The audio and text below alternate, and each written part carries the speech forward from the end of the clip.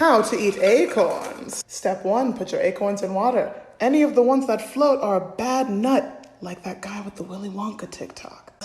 Make sure to throw any out with a hole in it, because that means an acorn weave will beat you to it, you goober. Oh guys, this one's already sprouting. I'm gonna plant him and grow a new tree. Next is the crackening.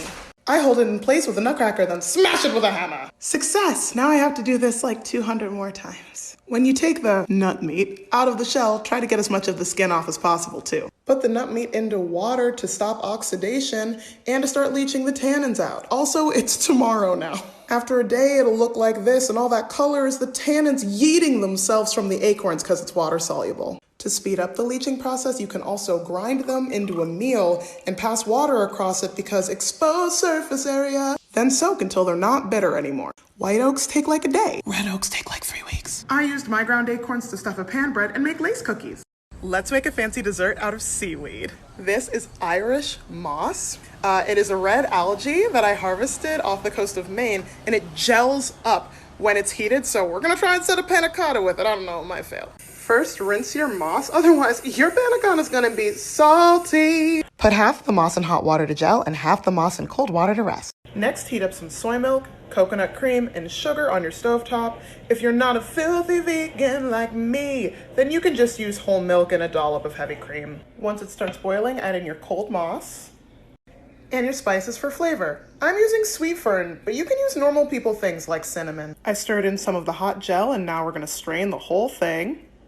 Pour into a mold and put them into the fridge overnight to set. Hopefully, y'all, it's set.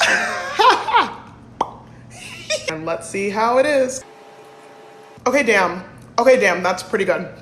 That's pretty good. Hey, let's make a tasty beverage with a flower that you know. 2 things. 1, honeysuckle flowers are edible. 2, I have never seen this many honeysuckles blooming in the fall before. This year has truly been 100% pure, unrefined suckage. Anyways, while I cry about the environment, I'm also gonna teach you how to make a fermented cordial with honeysuckle flowers. Step 1, gather a bunch of flowers and feel zero remorse because honeysuckle is hella invasive. It is literally the 12-year-old shoplifting from Target of the plant world. Stop choking out our native species. Now your colonizer flowers are covered in wild yeast, which is going to help convert this beverage into spicy water. Also, it's tomorrow now. We're gonna feed the wild yeast with some sugar, water, and a little squeeze of lemon because you want the wild yeast to go crazy, but you do not want bacteria to go crazy. Give it a shake. Put a little fabric on top because the devil works hard, but fruit flies work harder. We got bubbles. It's an active ferment. I can hear it fermenting, which is a good reminder. Unless you pasteurize it, it'll keep going, so burp it or it'll explode.